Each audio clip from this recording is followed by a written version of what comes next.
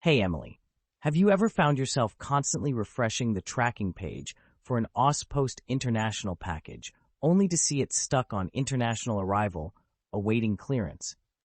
Oh, absolutely, Jake.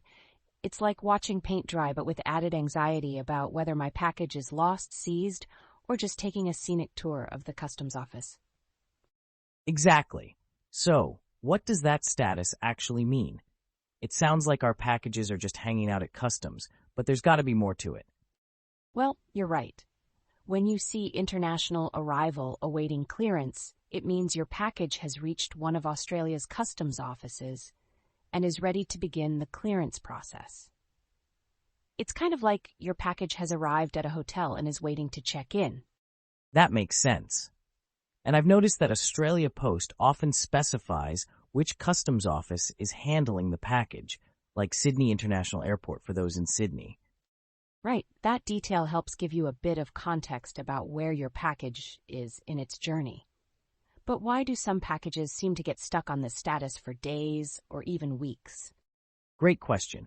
One reason could be backed up customs facilities. Especially during peak holiday times like Black Friday or Christmas, the volume of packages can really slow things down. It's like everyone trying to check into that hotel at the same time. And then there's the possibility of your package being seized by customs. This could happen if the package contains prohibited items, is deemed counterfeit, or if there were incorrect customs declarations made. That's a bummer. But what about packages that seem stuck but might actually have cleared customs without a proper scan? That must add to the confusion. Definitely. That's where third-party tracking apps like 17Track or Parcels app come in handy. They can provide more detailed insights, especially when the official tracking status hasn't been updated for days. And let's not forget about packages that need further inspection. If you're sending or receiving something like an electronic device, it might get sidelined for a closer look, especially if it's busy at customs. Exactly, and sometimes, unfortunately, packages can get lost. Whether they're accidentally bound to another package or the address label gets damaged, it's always a good idea to contact Auspost for help in those situations. So if someone's package is stuck on international arrival, awaiting clearance for a long time, what should they do? First off, don't panic.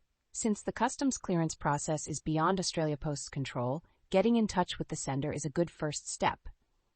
They might offer a replacement or a refund if the package is delayed past the estimated delivery date.